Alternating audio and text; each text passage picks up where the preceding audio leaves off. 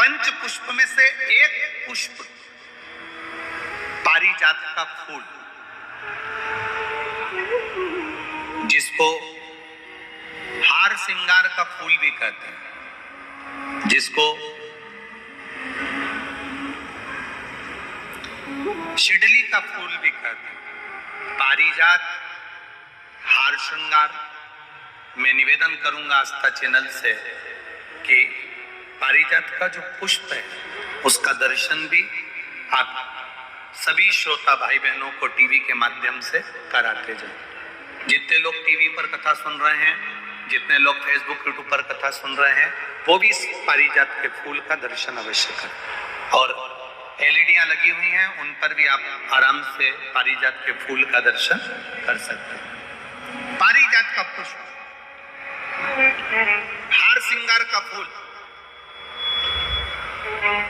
ऊपर से सफेद, नीचे जो उसकी डंडी होती है वो थोड़ी नारंगी होती है, संतरे के कलर की होती है, नारंगी कलर।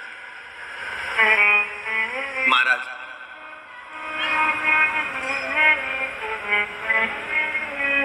रात्रि में खिलने वाला ये फूल,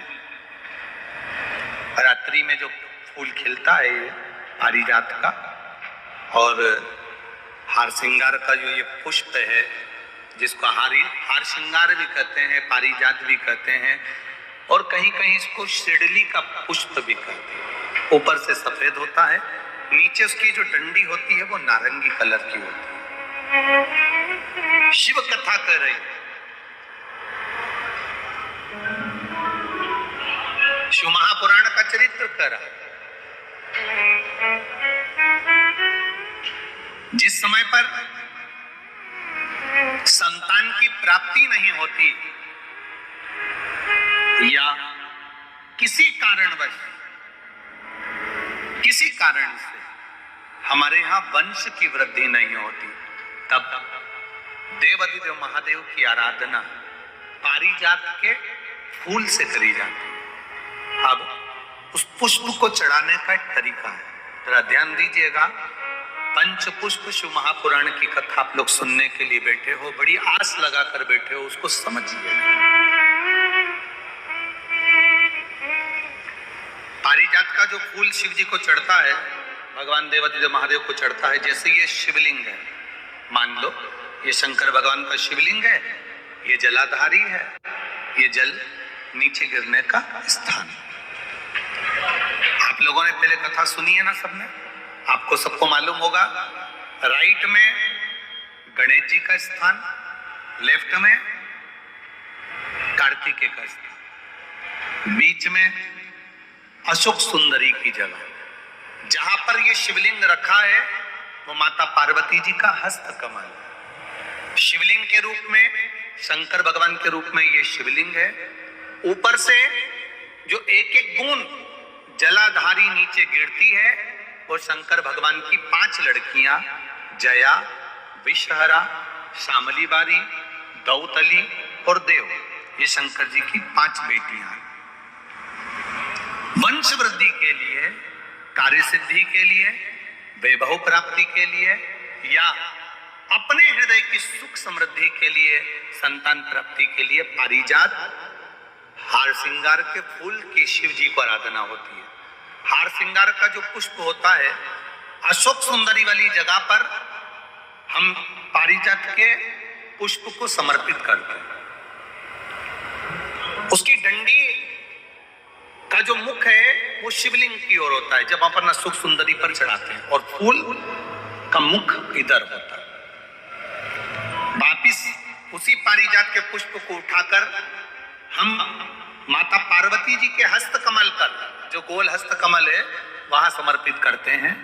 उस जगह पर माता पार्वती जी की ओर से जो पुष्प समर्पित किया जाता है, उसकी डंडी पारिजात की हमारी ओर होती है, पुष्प का मुख महादेव की ओर होता है।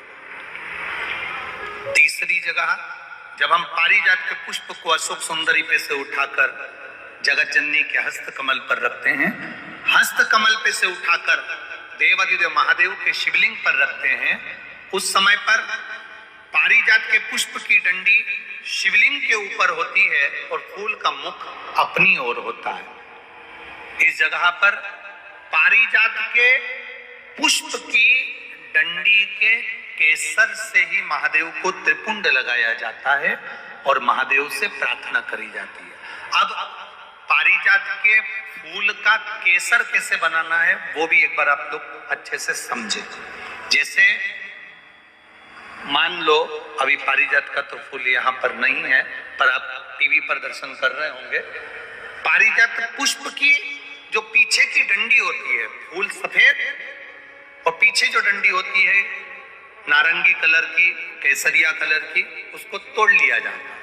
तोड़कर ऐसी 25-50 फूल की पीछे की डंडी को तोड़कर उसको रख दिया जाता है। उसको धूप में नहीं सुखाते, केवल घर में उसको एक कटोरी में या थाली में रख दो, वो धीरे धीरे सूख जाएगा। सूखने के बाद उसको पीस लो, पीसकर उसका चंदन तैयार हो जाएगा पारिजात फूल की उस डंडी का। और जिस समय वंश के लिए, सिद्धि के लिए, कार्य सिद्धि के लिए या वैभव प्राप्ति के लिए हम पारिजात का पुष्प देवादिदेव महादेव को समर्पित करते हैं, उस समय इसी को पानी में घोलकर देवादिदेव महादेव को जब आप लगाएंगे तो जैसे केसर घुलती है, केसर का जैसे कलर होता है, केसर जैसी सुगंध करती है, वैसे की वैसे ही ये पारिजात की जो डंडी आप लोगों ने सुखाई है, वही डंडी का जो चंदन बनाया है, शिव जी को लेपन करा है, उस समय पर अपने हृदय की बात आपने जो देवादिदेव महादेव को कही है, बस वही सुगंध हमारे जीवन में आना प्रारंभ हो जाती है। वो पारिजात हार श्रृंगार। अब जरा ध्यान दीजिएगा, हार श्रृंगार के पुष्प, पारिजात का जो पुष्प है, सोमवार की अष्टमी पड़ने पर यदि हम देवादिदेव महादेव की पारिजात के फूल से आराधना करते हैं, स्मरण करते हैं, तो उसका फल भी हमें अधिक प्राप्त होता है। पारिजात का पुष्प, हम तो यहां तक कहेंगे अगर आपके यहाँ हार श्रृंगार का पेड़ लगा हो, पारिजात का पुष्प यदि आपके यहाँ होता हो, रात को खिलता है, सवेरे मिलता है, ऐसा पारिजात का अगर वृक्ष आपके यहाँ लगा हो तो प्रयास करना। 12 महीने शिवरात्रि आती है, बोलो आती कि नहीं आती? आती है ना 12 महीने। 12 महीने शिवरात्रि आती है। कैलेंडर पर एक गोला बनाकर रख देना कि हमको ये शिवरात्रि आई है, हर महीने की शिवरात्रि तुम्हारे ध्यान में रहेगी। एक पारिजात का पुष्प, हार श्रृंगार का पुष्प एक अगर देवादिदेव महादेव को आपने चढ़ाना चालू कर दिया, समर्पित करना प्रारंभ कर दिया, तो आपको पीछे पलट कर देखने की जरूरत नहीं पड़ेगी, महादेव हाथ पकड़ ही लेगा। पारिजात का पुष्प शिव को समर्पित।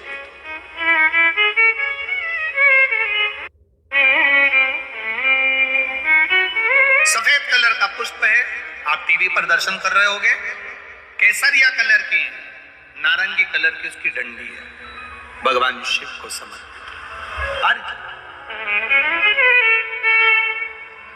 जब हम देवादिदेव महादेव को जल समर्पित करते हैं, भगवान शंकर को जब हम जल चढ़ाते हैं, उस समय पर भी भगवान को अगर तुम्हारे पास में थोड़ा सा पारिजात की जो डंडी है सुखाई है, आपने पारिजात फूल के नीचे की जो डंडी है उसको तुमने सुखाकर अगर चंदन बनाया है, तो वो चंदन आप प्रतिदिन भी देवादिदेव महादेव को समर्पित कर सकते हो। पारिजात पुष्प।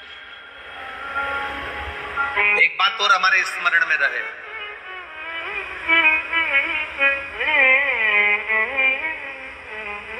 भगवान शिव को जो ये 5 तरह के पुष्प समर्पित करे जाते हैं, इन पुष्पों की डंडी जो पीछे लगी होती है इसको तोड़ा नहीं जाता, शिव जी को चढ़ाते समय इसका स्मरण आपको रहे।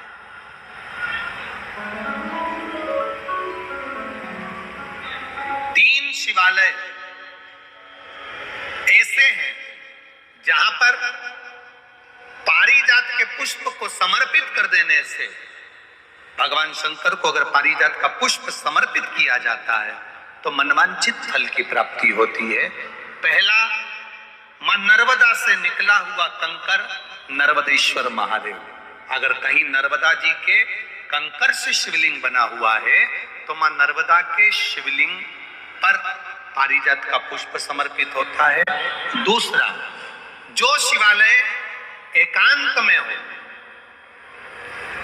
एकांतेश्वर महादेव जो एकांत में बैठे हो, भले ओटले पर बैठे हो, अकेले बैठे हो, एकांत में बैठे हो, वो एकांतेश्वर महादेव पर भी पारिजात का पुष्प समर्पित कर देने से, अगर कोई अदालत का कोर्ट केस होता है तो बाबा देवादिदेव महादेव का मात्र पारिजात पुष्प का स्मरण या उसको समर्पित कर देने से भी फल की प्राप्ति होती है। तीसरा, ऐसा शिवालय जो नदी के तट पर हो, सरोवर के तट पर हो, कुंड के तट पर हो, बावड़ी के तट पर हो, कुएं के तट पर हो।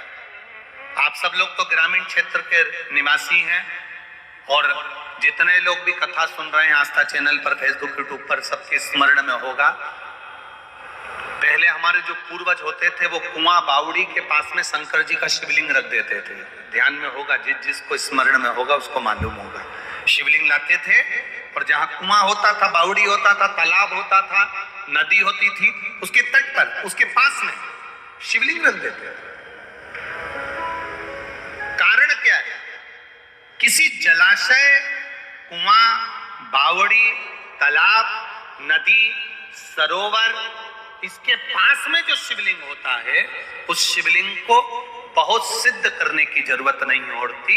स्वयं गंगा मैया उस कुंड बावड़ी के रूप में रहकर शिवलिंग को सिद्ध कर देती है और वहां स्वयं विराजमान हो जाती है महाराज। वहां पर भी यह हार श्रृंगार पारिजात का पुष्प शिव को समर्पित किया जाए। 3 जगह ऐसी है जहां कभी मौका मिल जाए और तुम्हारे पास में पारिजात का फूल हो और कहीं तुम्हें मिल गया, तुमने आज्ञा ले ली, हम ये पुष्प ले लें क्या, और लेकर अगर आपने चढ़ाया है तो उसका फल